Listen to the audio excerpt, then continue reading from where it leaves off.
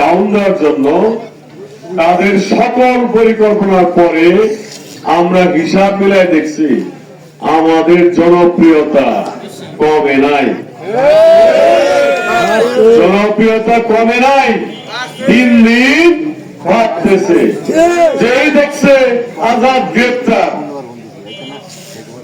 সন্ধ্যার সময় রাত্রেই প্রচুর পুরুষ মহিলা এই তেলকি গ্রাম থেকে, এই ভিত্তারা সেই রাজারহাট থেকে, বিভিন্ন জায়গায় মুসুদ্দি থেকে, বিভিন্ন জায়গা থেকে রাত্রেই মানুষজন চলে আসছে এবং তাদের অনুরোধে অনেকে লাইভও করছি, অনেকে হয়তো ফেসবুক দেখেন, কিন্তু আমি জানি আমার যারা ভোটার তাদের কত পার্সেন্ট আসলে স্মার্টফোন আছে আমি জানি না। বিভিন্ন জায়গায় হাত উঠেছি, দেখলাম 80% মানুষ যারা আমার ভোটার তারা টাচ মোবাইল নাই, তারা বাটন মোবাইল ব্যবহার করে। এইখানে একটা সমীক্ষা করি আমি, হ্যাঁ, আপনাদের কার কার বাটন মোবাইল একটু হাত উঠান দেখি। দেখেন একই অবস্থা। তাহলে এখন কি আমি সুবিধা হয়েছে, তার মানে ওরা যে বদনাম গুলা রটায় মিথ্যা কথা, এইটা তারা শুনেও নাই দেখাও নাই, তাই না? একটা সুবিধা। এই জন্য আমি তাদেরকে অনুরোধ করি, দয়া করে এইসব কথা বললেন না। এইসব কথা বলতে যদি থাকেন, কোন এক সময় যদি আমি সত্যিকার গ্রেপ্তার হই, মানুষ আর বিশ্বাস করবে না।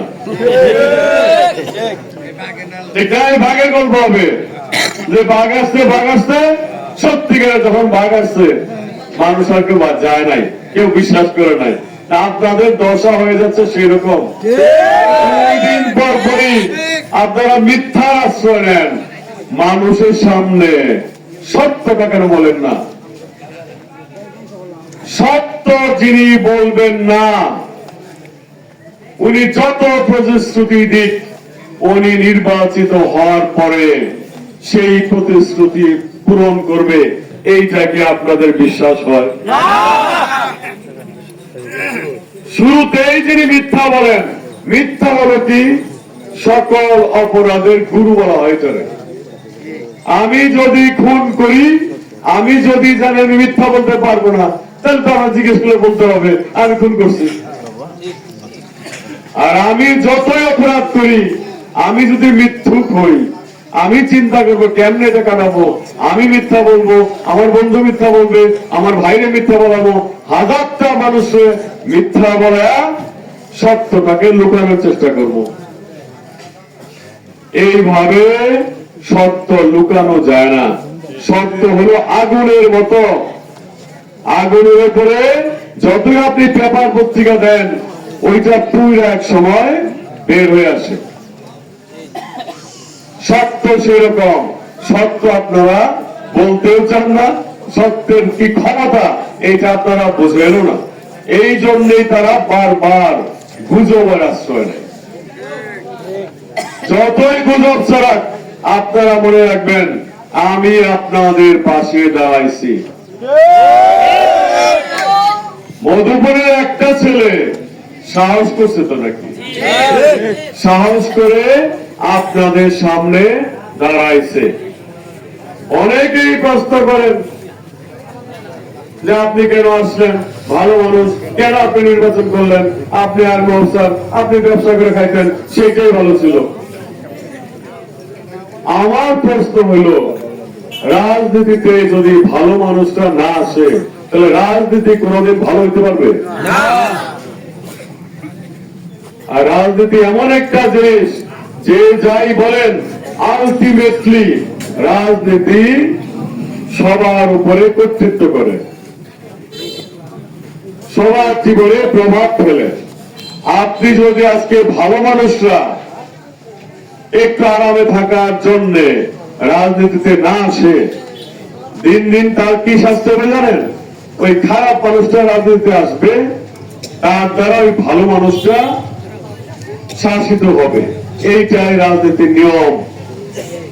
তাহলে ভালো মানুষদের রাজনীতি আসতে হবে না? তাদেরকে দিন দিন রাজনৈতিক সচেতন হইতে হবে না? ভালো মানুষ দ্বারাই ভালো কাজ হয়, এটা মনে রাখবেন।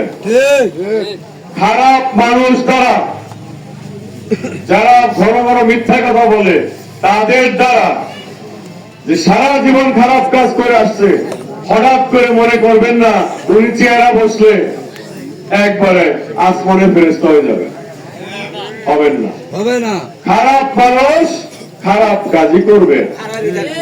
আপনার চোখের সামনে একটা ভালো মানুষের পর্দা রাখবেন,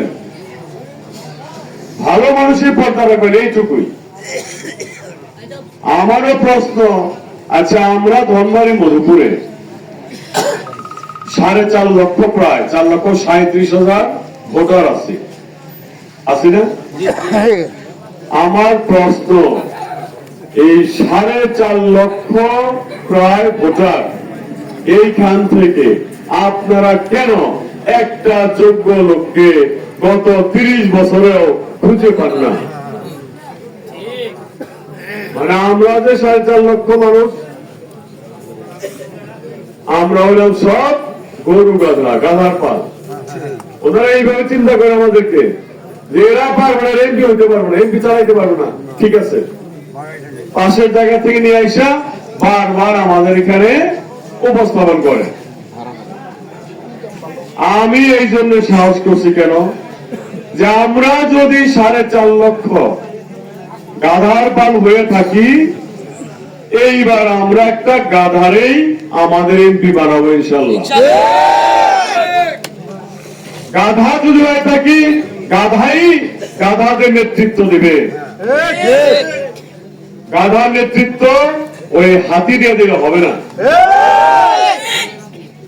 এমন কি যোগ্যতা লাগে, ধনবাড়ি মধুপুরে 30 বছরেও একটা এরকম লোক পাওয়া গেল না। তাহলে এইটার একটা জবাব দেওয়ার মতো পরিস্থিতি এবার তৈরি হয়েছে না? সেই জবাবটা আমরা দিতে চাই। এই জন্যই তাদের যত প্রলোভন, যত হুমকি, যত ষড়যন্ত্র, কোনো কিছুই আমাদেরকে টলাইতে পারে নাই, পারবে না ইনশাল্লাহ। আমাদের মধুপুরের মানুষ কি সাহস নাই? আপনি দূর থেকে এসে খবর দিবেন আর আমরা সব ঘরে ঢুকে খোয়ারে ঢুকে যাবো, এত মানুষ, এইরকম মানুষ আমরা না, এটা মনে রাখবেন। হ্যাঁ, এইটা মনে করবেন না আমাদের জন্মস্থান এখানে। প্রত্যেক জায়গায় গেলে আমার ক্লাসমেট খুঁজে পাই, ভাইয়ের ক্লাসমেট খুঁজে পাই, পরিচিত লোকজন খুঁজে পাই। বিভিন্ন দোকানে গেলে বলে যে আমার বাড়িতে আপনার পাশেই বাড়ি। তা আমি মনে মনে তাদেরকে বলি, ভাই পাশেই তো হবে, আমার জন্ম তো মধুপুরের ভিতরে, আপনার বাড়ি আমার পাশে হবে না কেন? তাহলে সেইটাই আমাদের একটা সুযোগ আসছে, এইবার একটা সুযোগ আসছে। এই সুযোগটাকে যদি আমরা কাজে লাগাইতে পারি, তাহলে আর কোন দল ভবিষ্যতেও ধনবাড়ি মধুপুরে প্রত্যেকেই একটা গাধারেই সিলেক্ট করবে, যে এইটাই হোক দলের এমপি ক্যান্ডিডেট। আর যদি আমরা ব্যর্থ হই না, হই আর কি বলবো, হই বলা দরকার আছে? হইলে কি বলা দরকার আছে? হইলে কি হবে?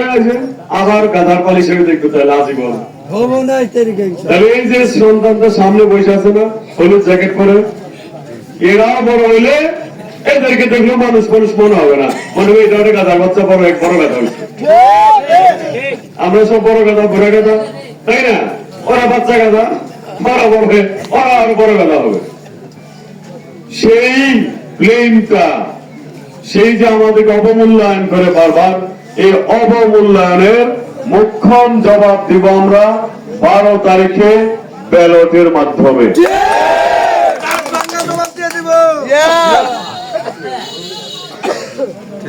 ওই ব্যালটের দিন, এটাকে মার্কার দেখেন তো, কি মার্কার?